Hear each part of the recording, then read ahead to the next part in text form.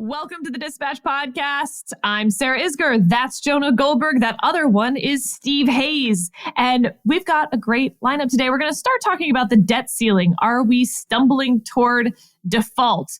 And then we'll talk about the Fox News versus Dominion settlement with two guys who used to work at Fox News.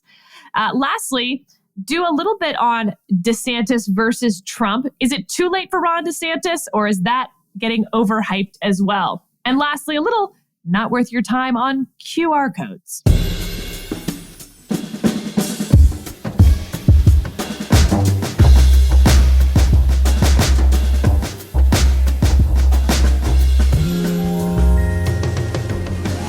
Let's dive right in. Speaker McCarthy has put out his proposal for how to increase the debt ceiling, attach it to spending cuts. Nothing particularly surprising in there, but several poison pills that the Biden administration in no way is going to accept at this point. You also still have defectors from the right within his caucus, all the things that we expected at this point. It seems to me that the markets are underappreciating the likelihood of at least a technical default at this point. So that last point is the most important point, and I'll get to it. If you look at what McCarthy put out, I think it's encouraging that McCarthy put out anything. It's, I would say, notable that he has fewer sort of immediate departures among Republicans than we might have anticipated. You've had people from sort of the McCarthy skeptical right House Freedom Caucus wing of the party saying that they're on board. You've had most moderates, almost all House Republican moderates, saying that they're on board. You've had some surprising voices in the U.S. Senate among Republicans saying that they're on board. So we see over the past few days, as they've gone from doing virtually nothing on the debt ceiling to actually coming up with a plan, presenting it in a speech, presenting it as legislation, and now scheduling a vote for it potentially next week, a unified Republican Party on this, which we really haven't seen. And if Republicans hope to extract any concessions at all from the Biden administration, they need to be unified. You know, in the big picture, in terms of sort of our fiscal outlook as a country and the kinds of specific proposals that Republicans are making, these are things that are not going to alter the trajectory of U.S. national debt. There's some tightening of spending proposals on domestic discretionary spending. There are reports that this will exempt defense spending, which I think is a good thing. And then a number of other sort of poison pills, as you put it. There's no chance this is ever going to be legislation. What it is sort of an opening negotiating position for Republicans when they talk to the White House. The White House, unfortunately, is still saying that they will not negotiate. You had White House Chief of Staff Jeffrey Zients tell NPR this morning. Zients. Tell NPR this morning that he... Nope, that's not how rhyming works or means. I said kinda. Kinda is a very capacious term that lets you off the hook for lots of literalism. We just did like an hour on advisory opinions on what the word otherwise means. So if you'd like to spend some more time on what words could mean, capacious or otherwise.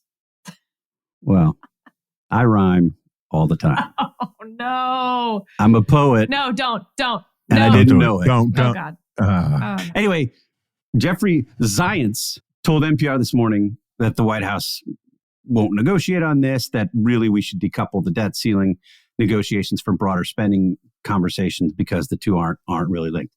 I think that's an irresponsible position. I think Republicans have control of the House. Joe Biden needs the House to be on board with this.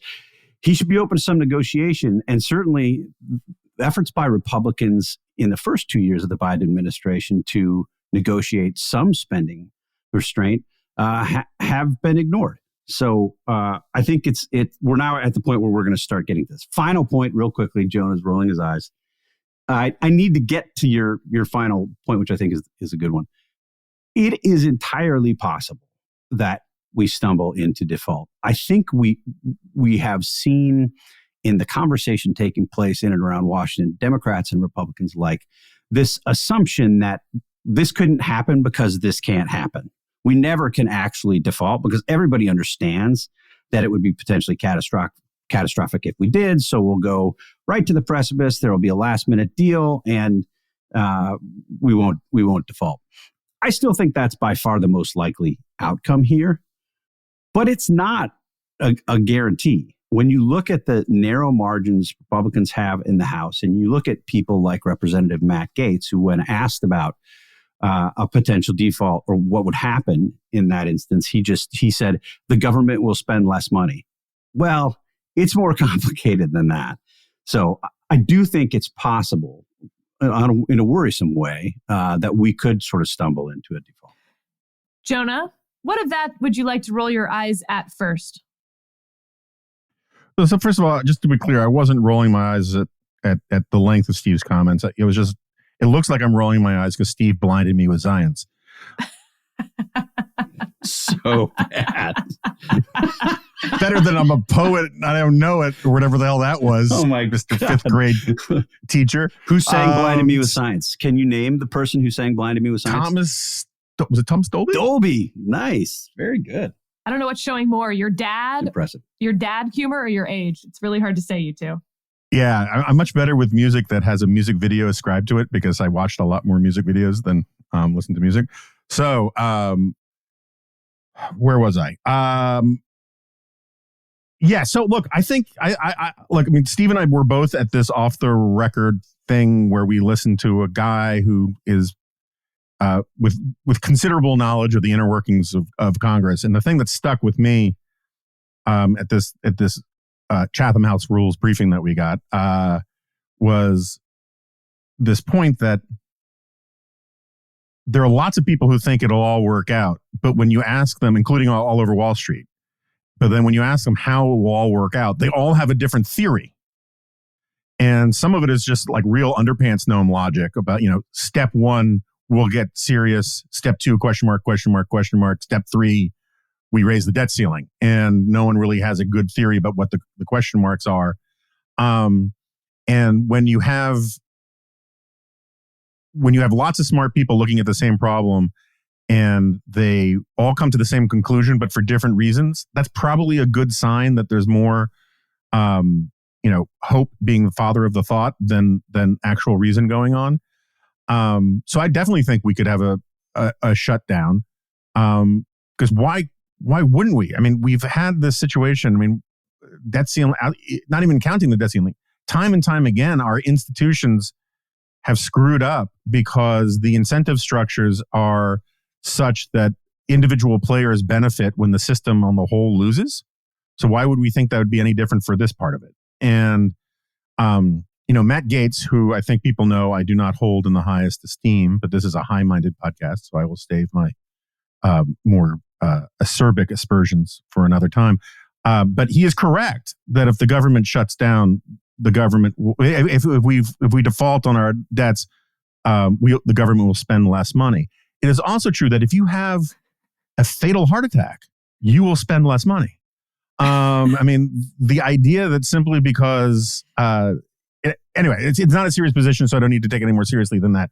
But I think Steve is right that there's no way Kevin McCarthy can be a plausible negotiator about getting even symbolic concessions, which is all I think McCarthy needs, right? He just needs to say that he used his power and Republicans stood their ground. And guess what?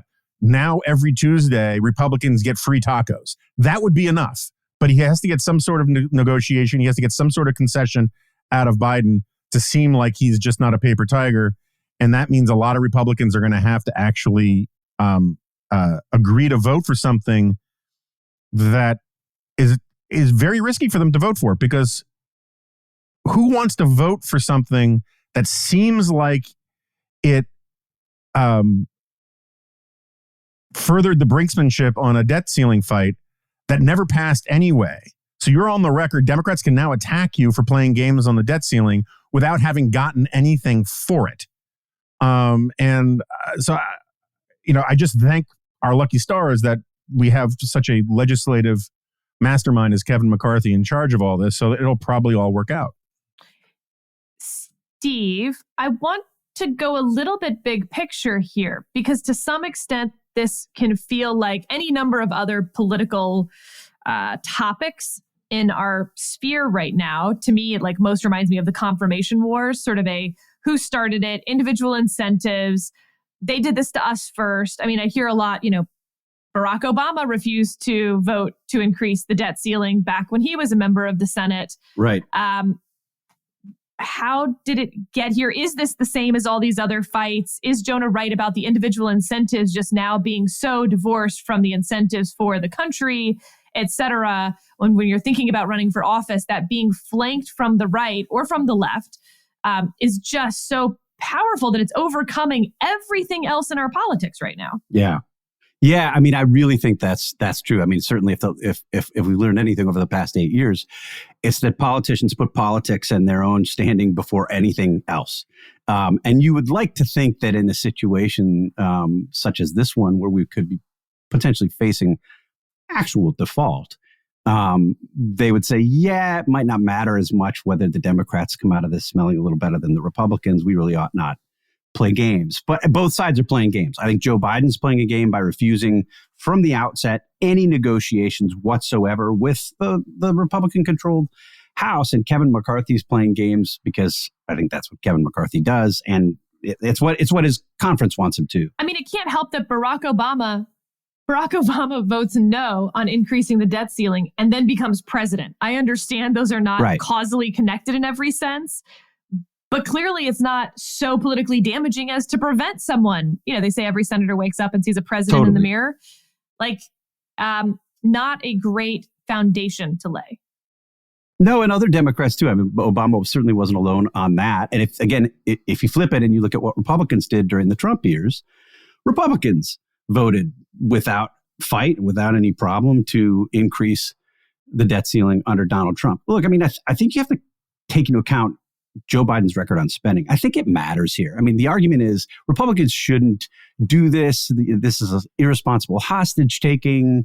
You can't engage in negotiations over something this serious. And I'm pretty sympathetic to those arguments as far as they go. The problem is Joe Biden has shown no willingness to work with Republicans on spending restraint whatsoever. If you look at the amount of Biden's spending in his first 2+ years, you're talking about an extraordinary amount of newly approved spending. The Center for a Responsible Federal Budget put Biden spending in September of 2022 at $4.8 trillion of new borrowing. Donald Trump at this point in his profligate, irresponsible, reckless term in office had spent a mere 2.5 trillion above what was expected. So Look, I mean, there's no reason that Republicans should take Jeffrey Zients seriously when he says, look, just pass a clean debt limit hike and then we'll sit down and talk to you about restraining spending in a presidential election year. Like, that's preposterous on its face. So I don't blame Republicans for wanting to impose some level of spending restraint. The problem is, the margin for error here is very small. And Republicans look like hypocrites because they didn't care about spending for the past 4 years. Well, I mean, you could argue for a lot longer than that, but certainly the past 4 years under Donald Trump. Jonah, what happens to the markets when they start realizing that they're thinking like rational people and that's not how Congress works? Like, are we going to get the downsides of a default before we even have the technical default? And then do we end up in a panic situation once that sort of starts trickling in? Well, I hate to say this way, and I don't mean to sound like a supervillain, but I certainly hope so. Because the only way, if Congress and the White House can't get their acts together, that they can be shaken off their myopia, is if we get a sufficiently strong warning from financial markets that if you continue down this path, you're going to be drinking puddle water and post-date canned goods. And I think that's sort of the pattern that we've seen, in the 2008 financial crisis. There was they didn't pass the first votes on TARP failed, and then the markets, the tremors got worse. And they're like, all right, screw this. This is all fun and games until you see your 401k disappear. So I think if we start seeing massive double-digit, declines in the stock market 2 days in a row, my guess is all bets are off, and they pass something pretty quickly. But that's not a feel-good story, right? I mean, that is a very sort of banana republic-y way to handle your finances. And, there's a very serious push, which I still think is unlikely to happen but Saudi Arabia, China, and these other countries are trying really, really hard to figure out a way to make the dollar not the reserve currency anymore, which we benefit from enormously. Coming close to defaulting on your debts is a great way to help the people who want to make the dollar not the reserve currency anymore. And even if we end up not defaulting, just raising the risk premium on America it's just stupid, right? And it's just really, really stupid. And which is why it's probably something that we're going to be heading towards. All right, let's move on to Fox News versus Dominion. Disclaimer, as always, even though this case is over, as far as most other people are concerned, my husband was an attorney for Fox News in this matter, and you two work there. So take all of that in for what you want, listeners. Steve, anything surprise you? Well, I mean, I think the fact that they struck a last minute deal was a little bit surprising. I mean, I think it certainly was surprising to the reporters who had gathered up in Wilmington, Delaware for the trial. Axios sent out a note, at 11 a.m. the 3-4 hours before the settlement, saying, there will be no settlement in Fox story, and it was accurate at the time. Actually, as reported since then, the parties had basically decided that they weren't going to be able to come together.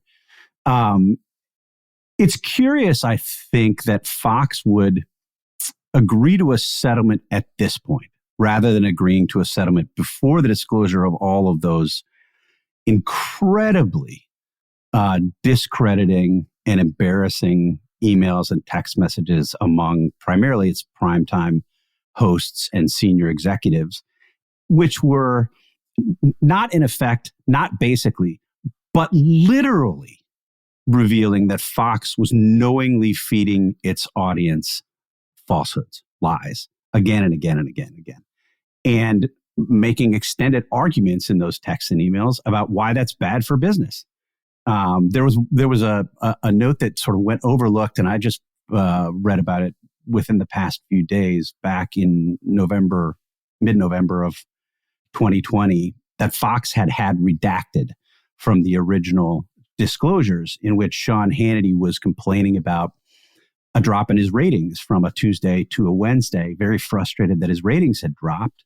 And in proposing a solution, he wrote to his colleagues, "We need to own the Dominion story, because then ratings would rebound and go up." Just an incredible series of disclosures throughout the trial. And that all happened because of Fox's position from the outset that they were not going to settle. Now, talking to some people familiar with Fox's reasoning on this, lawyers involved in the case, their view was that Fox thought it could end up with a jury where they had to get one or two loyal Fox News viewers on the jury, and it could scuttle the attempts of Dominion to win a large settlement. I think as we got closer to that, and as Fox took stock of the damage that had already been done to its reputation in the pretrial proceedings, the prospect of Rupert Murdoch, who was likely to have been called early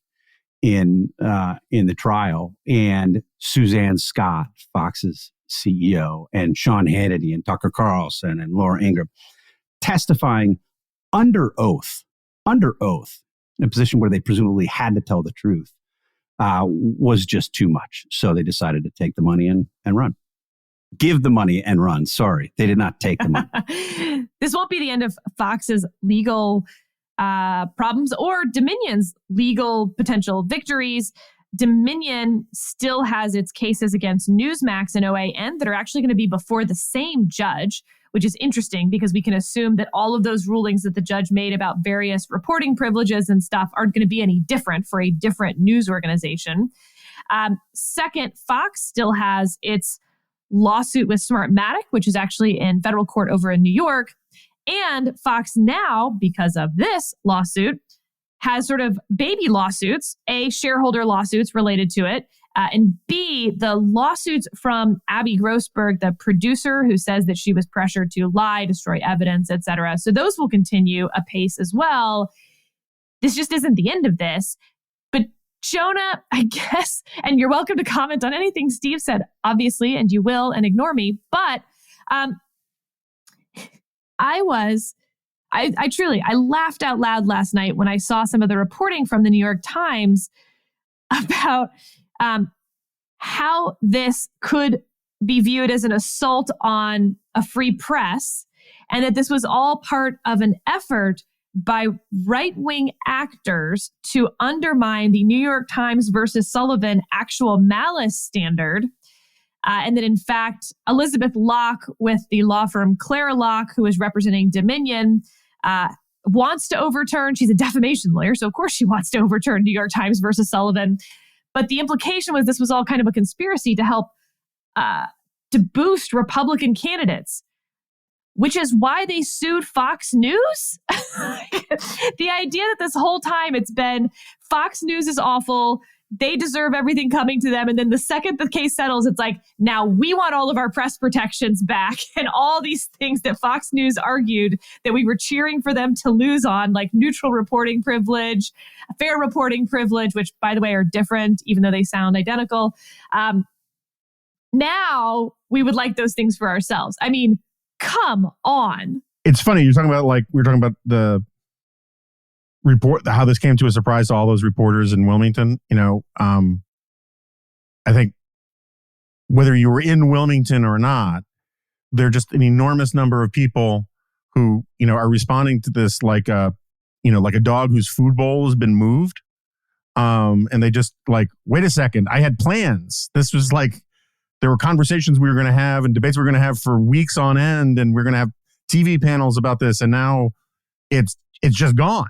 And so there's this scramble to come up. I mean, this is a very bad hot take moment, I think. I mean, I didn't see this New York Times piece, but it sounds like a perfect example of a bad hot take moment.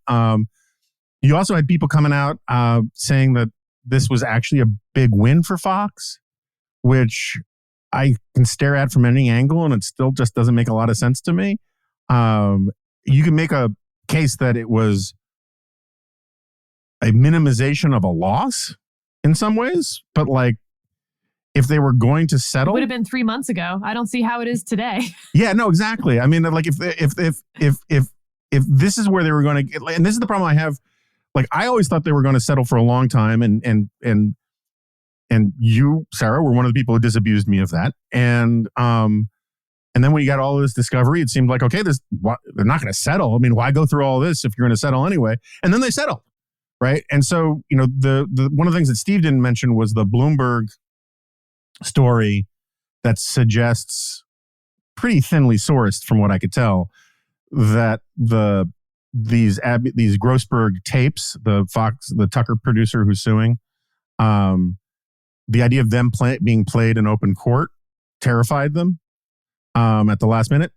Maybe there's some truth to that. Maybe there's not. I'm kind of skeptical about it, but clearly they were just, they got cold feet, and they were like, the battle space did not look what they thought like what they thought it was going to look like for a very long time, and they decided they were going to cut their losses. And so, in a lot of ways, I think this is the worst of all possible worlds for Fox and for everybody, really. Because first of all, there's less Schadenfreude than everybody thought they were entitled to, but there's also the fact that Fox thinks it doesn't have to change very much, and the way Fox has responded to this own story has been pretty pathetic. I liked that a media reporter for Fox Digital wrote up this thing, 235 words, does not mention the number. That was his entire story. His entire story. Well, you don't want to make it longer than the Gettysburg Address. Well, his previous story, the story before that on the queue of stories that he's written was a story about how Bill Maher warns Democrats that the example, this is like all in the headline. Bill Maher warns Democrats that the example of Bill Clinton proves that sex scandals don't work, so they shouldn't go after Trump. And the article was 3 times as long about that than this other thing. Anyway, my only point is that Fox very clearly is just moving on and pretending that this didn't happen. This article I was talking about by the Fox Digital reporter referred to this as this referred to reporting stemming from the post-2020 presidential election. There was no such thing as a post-2020 presidential election, right? It's just one of these euphemisms that the average Fox viewer who needs to be respected will just, their eyes will glaze over and go past and not actually focus on the fact that what they're doing there is actually continuing to mislead people about the nature of what this was all about. And so I just don't think they're going to learn from their lessons. And there's an enormous, meanwhile, it's making a lot of liberal media or mainstream media even more sanctimonious, which is going to cause everybody to sort of harden their positions even further. And so the only real winners, as far as I can tell, is because it's not me, who was very inconvenienced by being subpoenaed by Dominion, and didn't get the Schadenfreude that I wanted. The only real winners of this are Dominion. I think that's about it. And don't forget the lawyers. Everyone John. else, the lawyers for Dominion, and the lawyers. Well, the lawyers always win. I mean, those little fish that follow around the great white shark, they get to eat even when the great white shark dies. So, they're always winners. But anyway, the brisket will be dining on lobster for weeks.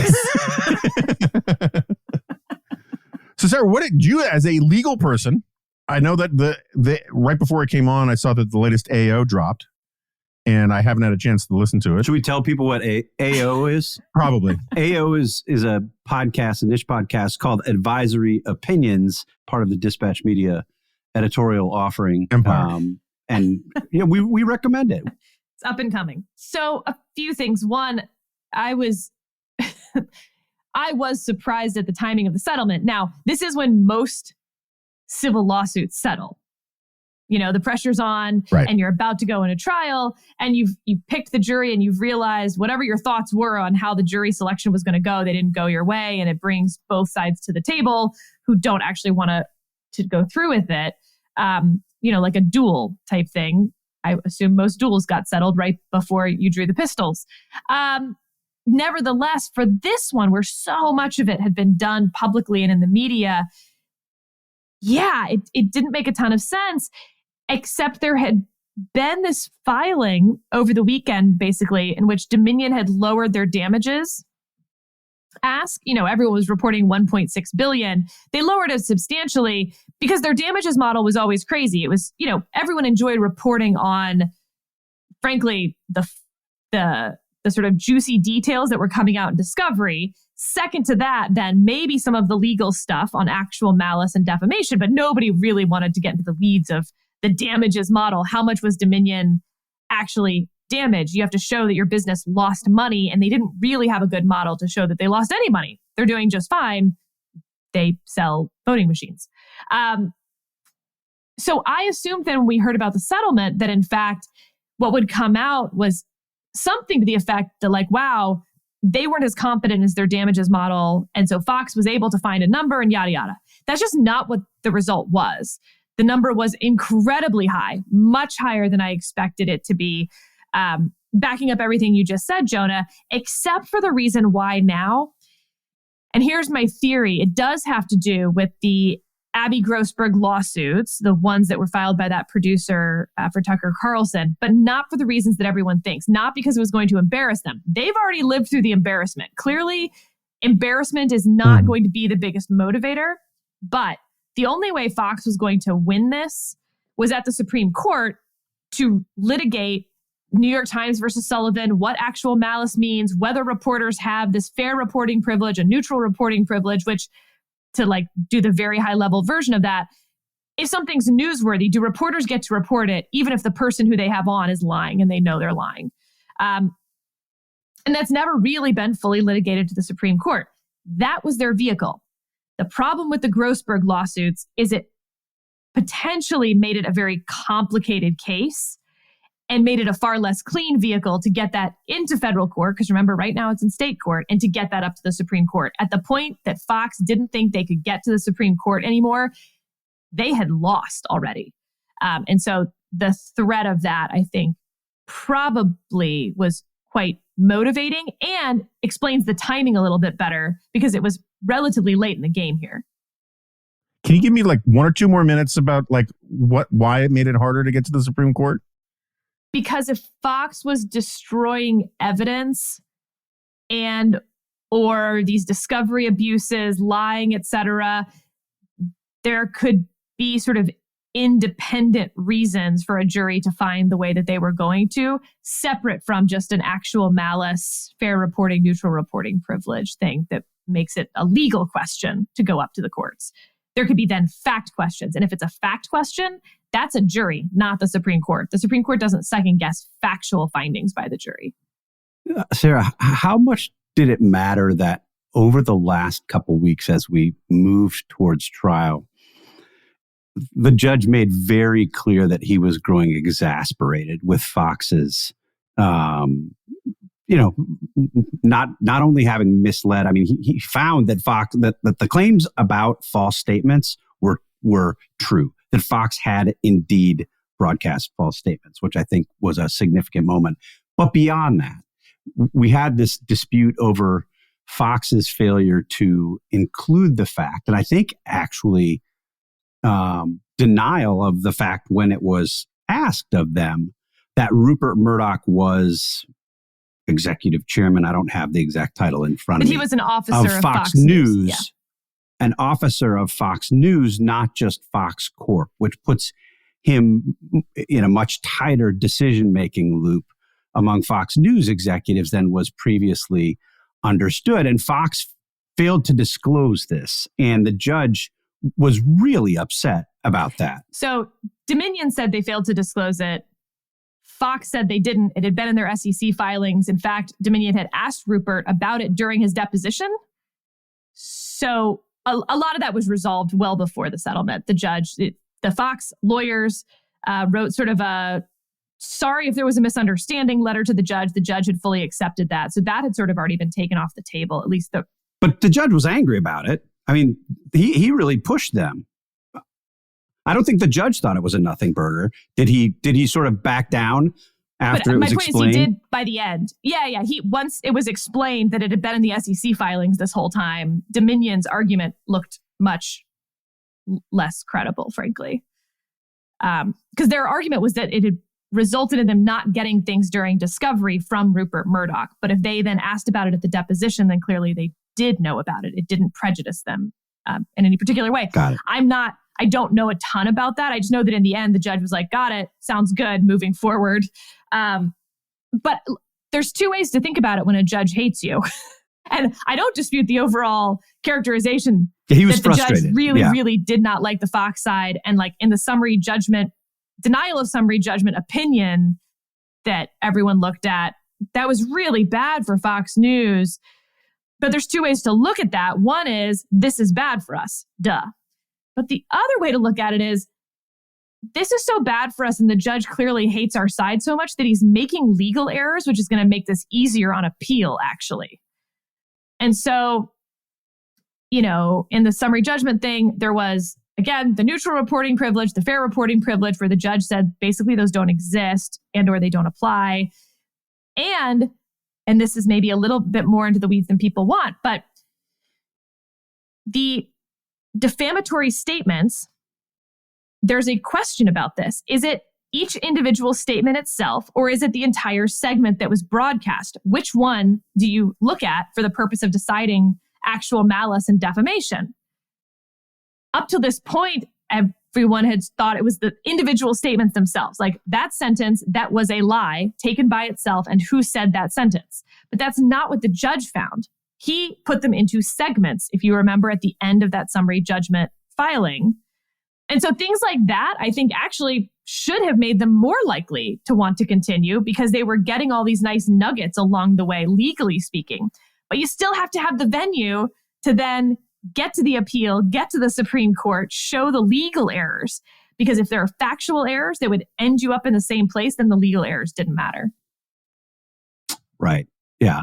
We're going to have another conversation about this on May 1st with me and Jonah and Chris Steyerwalt, which will be broader and look at sort of cable news generally. But we'll go deeper on a lot of these questions because I think there are some really important questions. And, to me, the sort of most interesting question, with the understanding that we still have this Smartmatic lawsuit looming for Fox News.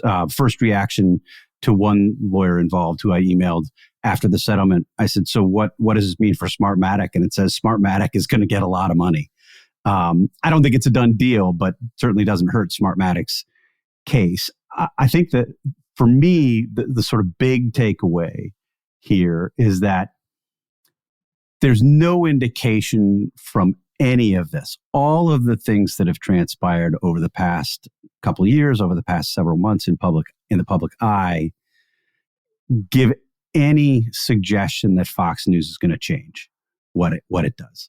And just last night you had Tucker Carlson hosting an interview with Robert F. Kennedy Jr., who provided false statistics about deaths, killed in action deaths in the Ukraine-Russia war. Now, it's not defamatory, but it's not true. Tucker Carlson made similar claims before. He'd been corrected. Everybody's acknowledged that this came sort of from a source of Russian propaganda. This is just going to continue. And I think that's the sort of the discouraging thing about the whole outcome. Well, let's talk a little bit about then what that conservative right-wing media landscape will be covering now. DeSantis, Donald Trump, and focusing on Ron DeSantis a little bit here, Ron DeSantis hasn't had a great week in terms of punditry, at least. He comes up to D.C. for all these meetings.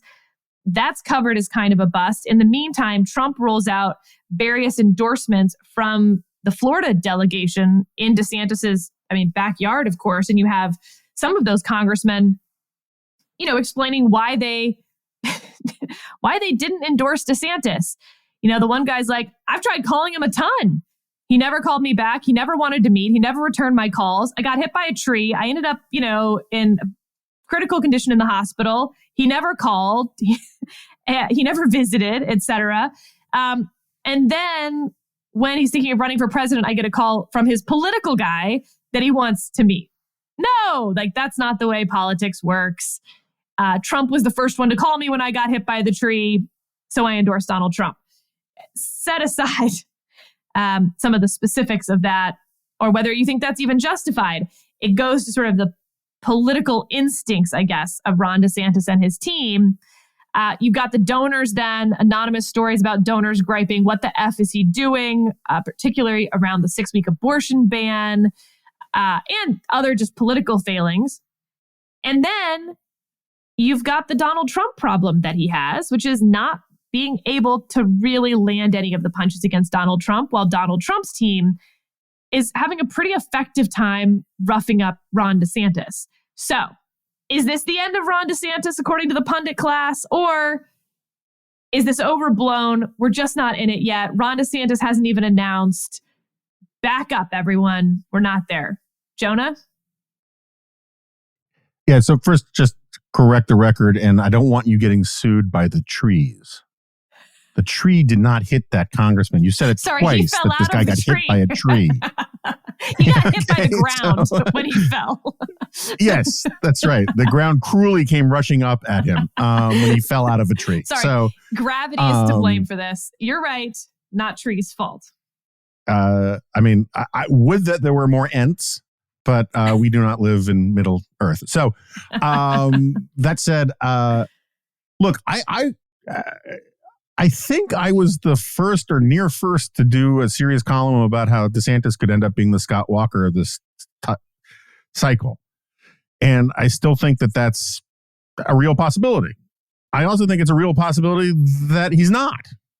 And I think that like there is this tendency in the news cycle for particularly people like us who pay way too much attention to the daily, hourly, minutely, which I don't think is a word, but I've declared it one, unspooling of the news cycle, to invest great importance in stuff that no one's going to remember a month from now, never mind 2 years from now. I mean, like every candidate who won a primary or won the primaries had really bad stumbles after they announced. DeSantis hasn't even announced yet.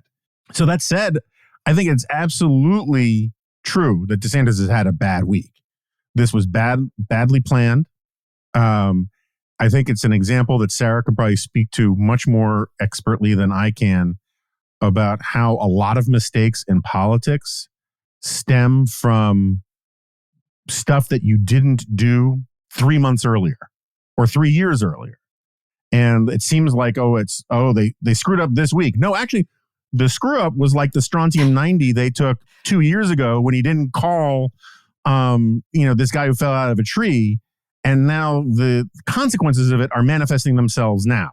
And I think that all this stuff about DeSantis's bad interpersonal skills, his low EQ, there are going to be a lot of these stories that the consequences of the way he operated in the past are going to manifest themselves as a delayed response. And people say, oh, he had a bad week. No, it's just like, this is the nature of the beast. But you learn from mistakes. So it's entirely possible that DeSantis recovers entirely from this. Trump's lead over DeSantis in some polls has shrunk. Trump's lead over DeSantis in other polls has gained. Polls are pretty meaningless right now. And so if you're in the business of making straight line predictions about the future from the current moment you're in, you're going to look wrong a lot over the next 6 months to a year, because there are going to be good days and bad days for everybody. And so you have to have a theory of the race that extends beyond the current news cycle. Steve, what about the Disney stuff, though? I mean, DeSantis now just seems in this dogfight with Disney every day. New headlines of now DeSantis saying that, and maybe he's joking, maybe he's not, I get it. Like, he's going to send in more inspectors to inspect the rides, or he's going to open up a state prison next door. The joke being to like have fewer people visit Disney, one of the biggest employers in his state. What is this? Just can I make a point about this real quick? It just occurred to me. Just one quick quote. This is like the stuff with Disney is like Chris Christie announcing before closing the George Washington Bridge. You know what I might do? I might close the George Washington Bridge. It's really weird. All right, that was worth the interruption. Anyway, I'm sorry, Steve. No, look, I think this makes DeSantis look very small and petty, even for people who might have agreed with the sort of like, he's a fighter, let's take on Disney. I don't like woke Disney. I don't want to go take my kids to the park and be confronted with all this PC stuff. Or have this stuff thrown in my face. I'm sympathetic to Ron DeSantis. Now it just seems like it was something that he did, consistent with a lot of the other things he did back at the time, which was pick a fight, stoke a fight, engage in a fight, make his point, and then move on quickly. But he hadn't been able to move on quickly, and now this is just dragging out and escalating, and Disney's made pretty clear that they're not going to take this rolling over, and it's like a distraction. This is a guy who said he wanted to run, or who it was reported wanted to announce his bid for the presidency after he finished a very successful legislative session with Republican legislature in Florida. At the end of the spring, heading into summer, he was going to be able to tout this successful legislative session, use it as momentum to launch his presidential bid, and then really take on Donald Trump.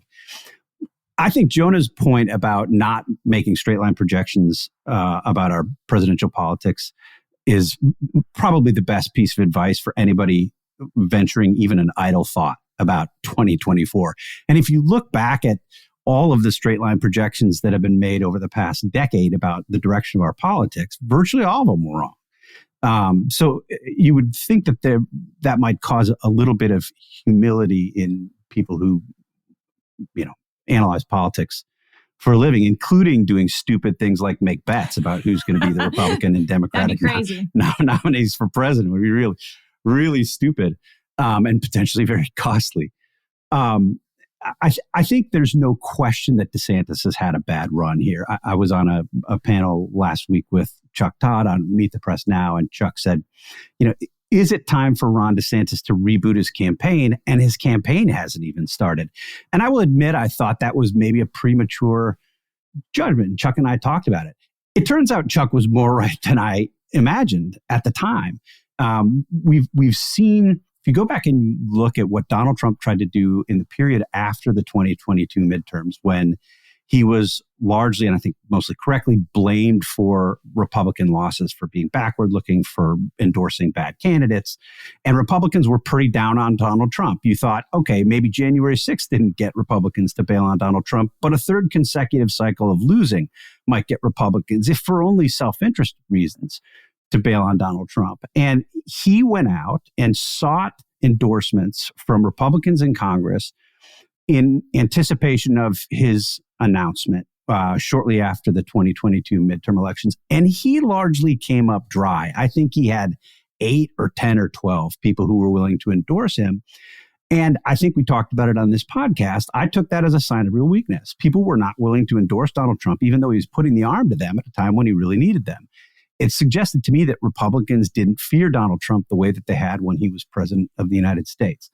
Well, he now has dozens of sitting elected Republicans in the House and Senate who have endorsed his bid for presidency. And he got a number more just this past week. So if there were any question about Republicans being afraid to align themselves with Donald Trump, given his obvious and demonstrable history of recent losing, they've gotten over it. At least a good number of them have. And I think that's a real problem for Ron DeSantis.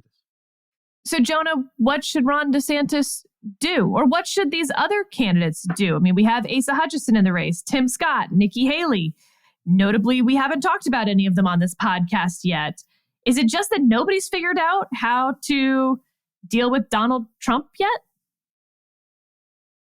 Again? Yes.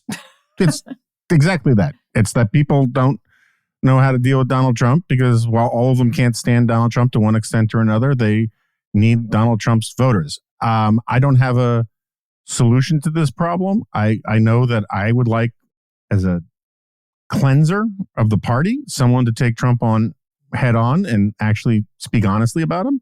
I don't know that that's really good politics. I've been saying that for a very long time around here, but I'd like someone to strap on a suicide vest. I think for Ron DeSantis, one of the things he could do, which would be smart, is to put Twitter away. One really gets the sense that not only is he surrounding himself with people who are very online, but that he himself is very online and thinks that he can really get a sense of where the electorate is by following some of the worst people on Twitter. And that's all criminology on my part. You hear things like that, but I have no evidence that that's the case except by the sort of actions that he takes. And I think that would explain some of this Disney stuff, that he thinks he can't seem to have been like the one to back down on as former Secretary of State Pompeo put it in a book he wrote, Never Give an Inch, which he subsequently then dropped out of the race, which he never joined in the first place. There's this idea that letting the other side get the last word on anything is a sign of weakness, which is a very, very online understanding of life. So I think he should think about going back. He needs to communicate to the electorate that he's a general election winner instead of Ted Cruz 2.0. And that means taking positions that the subtext of which remind people that this guy could actually win in a general election, not come in a really robust second in the primaries. And he seems to be following the robust second in the primary strategy rather than communicating that he's the grown up who can actually deliver more things, in part because he can actually get elected. And maybe he's just the wrong personality type for that. I don't know. But like, that's the way George W. Bush campaigned for the primary in 99, was he's the guy who's going to win the actual election. That's the way, Ronald Reagan campaigned. And there are a lot of people who think the world has changed, and maybe the world has changed, but you're not going to get, there are a lot of people out there who want to back a winner in 2024. And DeSantis is increasingly looking like he doesn't think that way, which is weird because he definitely thought that way when he got elected governor the first time. So, but Steve, this is always the conundrum, right? You win the primary and in doing so lose the general, or you focus too much on the general and you lose the primary. And so all this advice of like, well, DeSantis should stay off right-wing, Twitter, or quit focusing so much on right-wing media. Yeah, but you got to win the primary first. And things have changed since 1999 in terms of how you win a Republican primary, who's in a Republican primary electorate. Donald Trump has totally transformed that. And so is it just the case now that in order to win the primary, you're giving up the general right off the bat? I mean, I think this is the conundrum for Republicans, whether it's Donald Trump or Ron DeSantis or anybody. It's a different party today, and the things that appeal to the Republican primary electorate in many ways don't appeal to a general electorate. I think that's the challenge. It's particularly a challenge if Donald Trump is the Republican nominee, but I think it's going to be a challenge for almost anyone who would be the Republican nominee at the time. I mean, Ron DeSantis made a calculation. His campaign appears to have made a calculation that he wasn't going to play ball with the mainstream media, that really he wasn't going to engage. And you've seen him go about trying to win over the sort of right-wing influencer, online personality primary and to peel some of those folks away from Donald Trump. Now, there's a case to be made for doing that. And Sarah, you just made it. But there are real downsides to that, I think. If you look at what's happened in the reporting about Ron DeSantis over the past few weeks, there has been this sort of growing narrative that he's struggling, that he's having a hard time.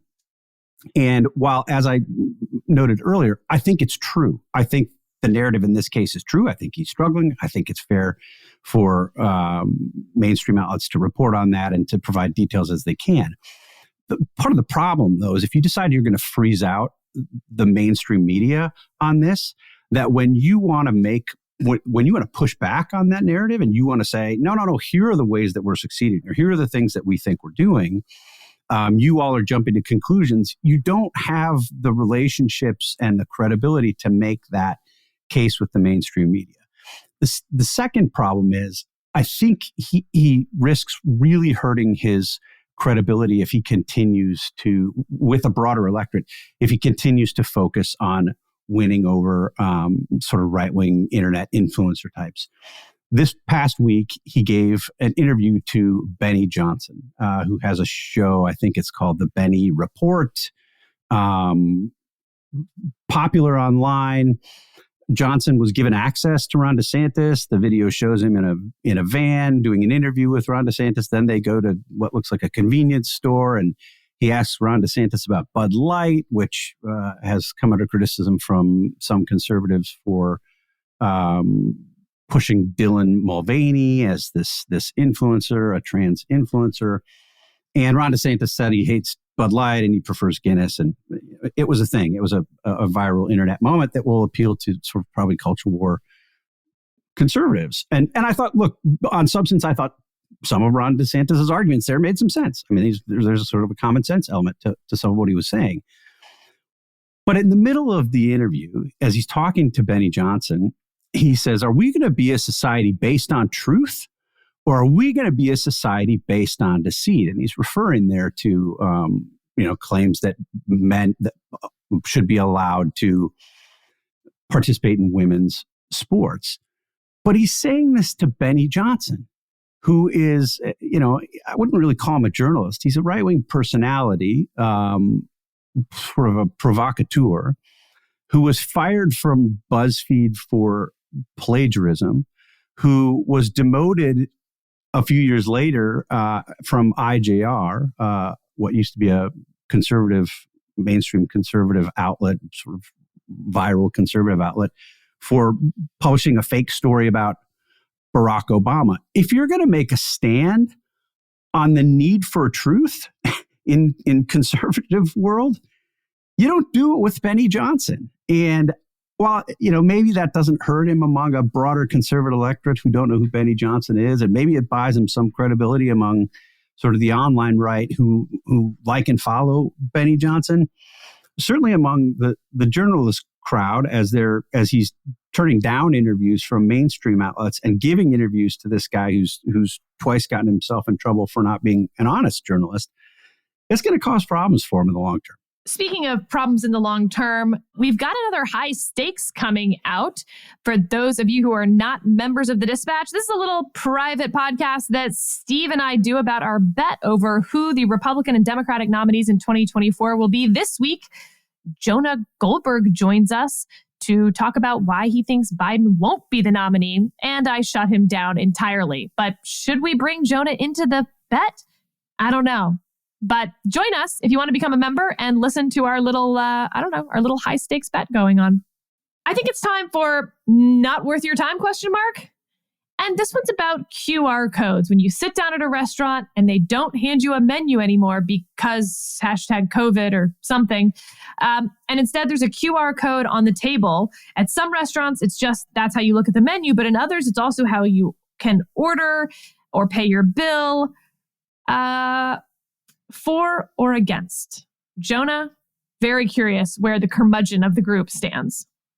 Jim Meigs, former editor-in-chief of Popular Mechanics and the tech columnist for Commentary, posted a cartoon this morning on Twitter which shows a bunch of robots whipping humans as the humans carry giant cinder blocks on their backs.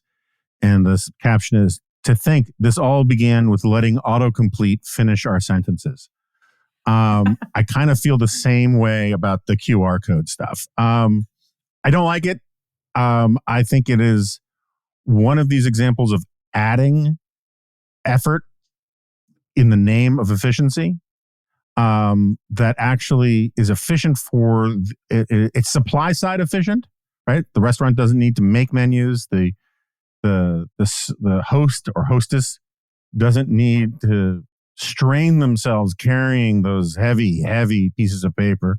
But it makes the dining experience less enjoyable. And I'll just say, as a parent of a kid who grew up with devices, which I regret to one extent or another, sending the signal that you start the meal, you have to start the meal by taking out your phone, is bad culturally. It's bad psychologically. It sets the wrong tone. The rule should be that when you sit at the table, you put away your phone, not you take it out because you have to eat. And so I don't like it. I don't think it's the end of the world, but I don't like it. I think it's the end of the world for the reason you just said. I hate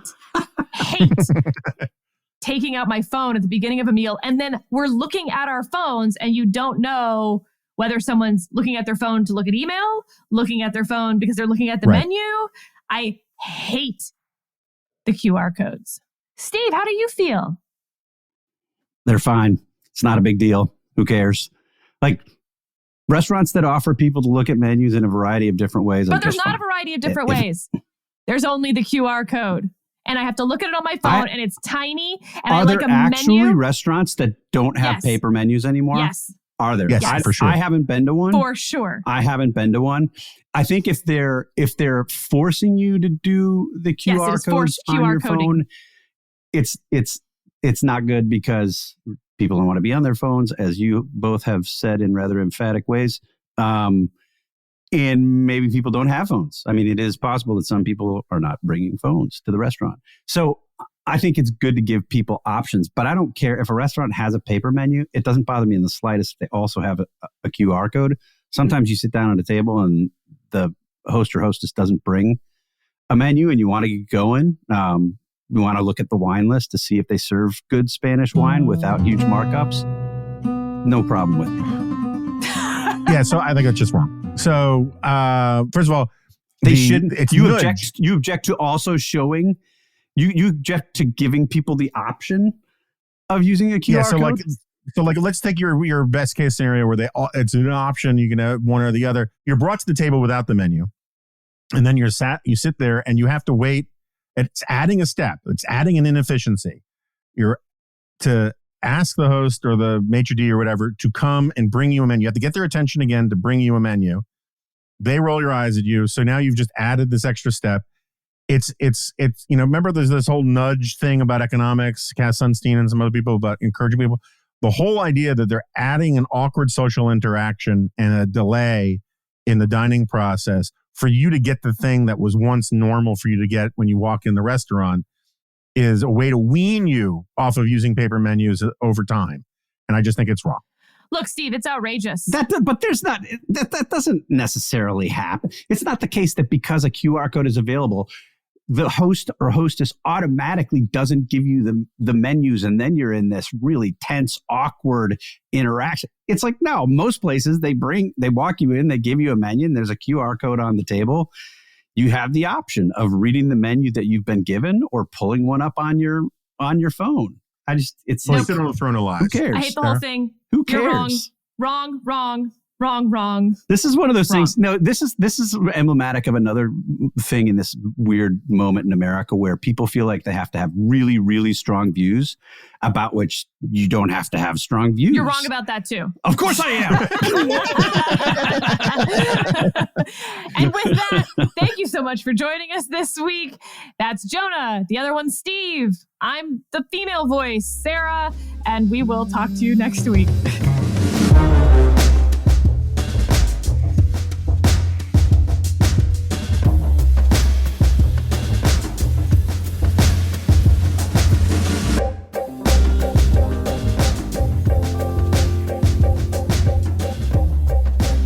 It's like clambering aboard the Titanic. Let me on. I know that country club's on fire, but I just gotta be part of it.